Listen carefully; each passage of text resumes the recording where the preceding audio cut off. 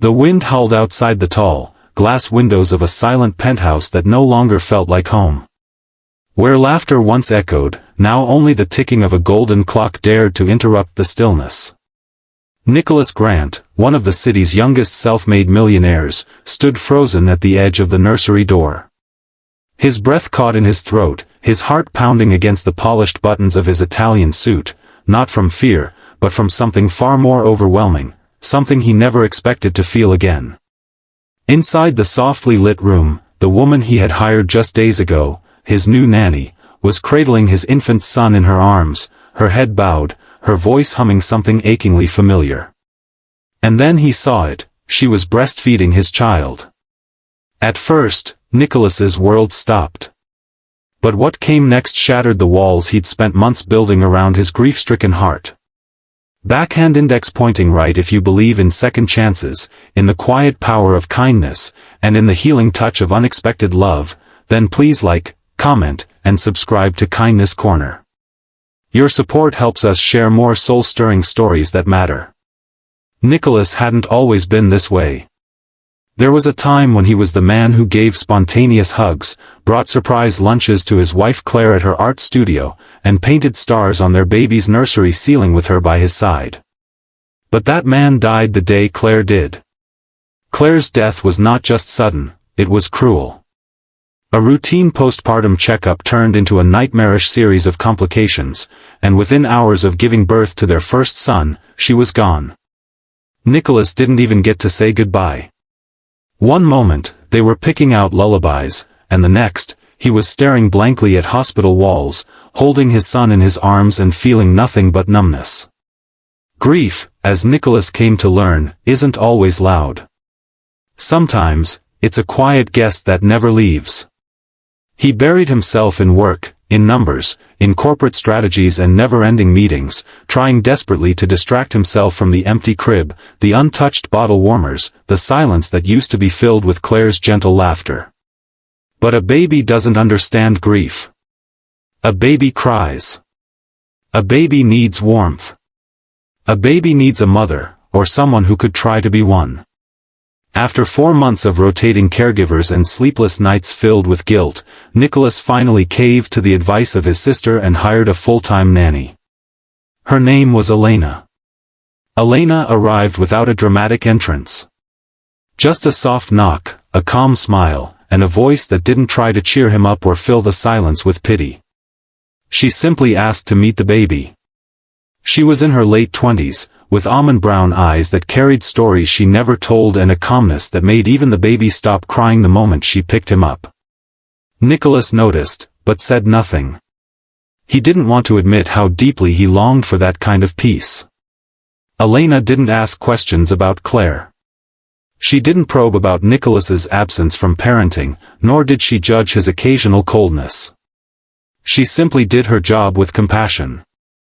She soothed the baby, sang softly in Spanish lullabies that reminded Nicholas of something lost but not forgotten. Every day, something inside him began to thaw. But he resisted it. Feelings were dangerous. He had already lost too much. Then came that rainy Thursday. Nicholas had left early for an investor's breakfast downtown. Traffic was hell, the meeting was worse, and as he sat listening to business talk he didn't care about, he felt an unusual pull, a whisper inside that told him to go home early. When he returned, he didn't expect the lights to be low or the apartment to be filled with the faint melody of Claire's favorite lullaby, Somewhere Over the Rainbow. He walked quietly through the hallway, heart hammering for reasons he couldn't name. Then he saw her. Elena. Sitting in the rocking chair Claire had chosen during her pregnancy. The baby, now 5 months old, was latched to her breast. She looked down at him with a tenderness Nicholas hadn't seen in months. Not since Claire. He should have spoken. Should have asked. Should have reacted with logic or anger or something, anything. But all he could do was stand there, paralyzed. Not because of shock or discomfort, but because it was the first time he truly saw love again. Not romantic love. Not yet. But the kind of love that sacrifices. The kind that fills the void left by death. The kind of love that says, I'll feed your child because he's hungry, and I care, even if I wasn't asked to. Elena looked up, her expression soft but unreadable. Nicholas took a step back, then another, and walked silently to his room. That night, he didn't sleep.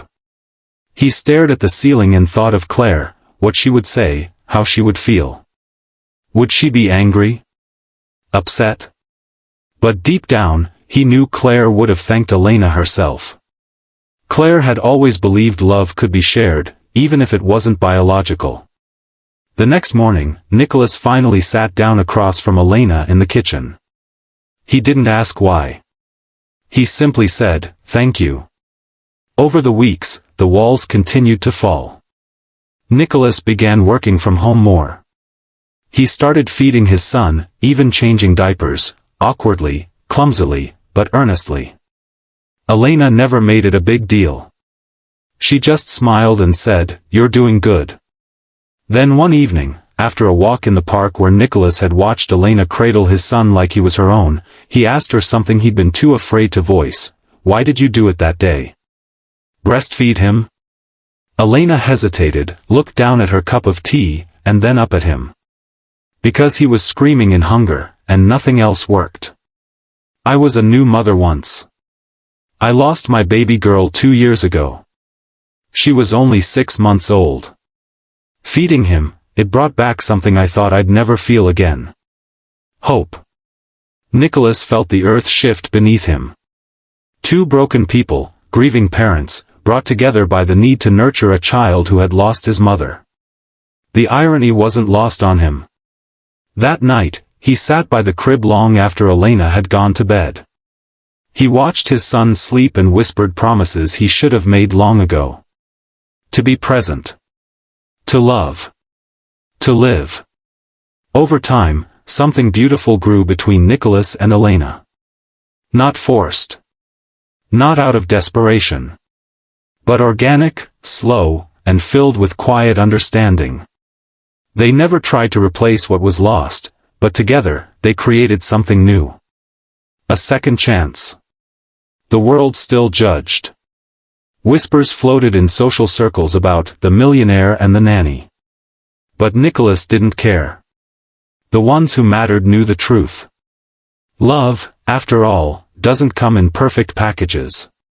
Sometimes, it comes in the form of a soft-spoken woman who sings lullabies in the nursery of a grieving man's heart. Clapperboard if this story touched your heart, if it reminded you that healing is possible even in the darkest corners of grief, then please like, comment, and share this video. Don't forget to subscribe to Kindness Corner so we can continue bringing you stories that matter, stories that remind us that love finds a way. Memo special request, tell us in the comments, do you believe in second chances? Have you ever witnessed kindness change someone's life? Your story might inspire someone else.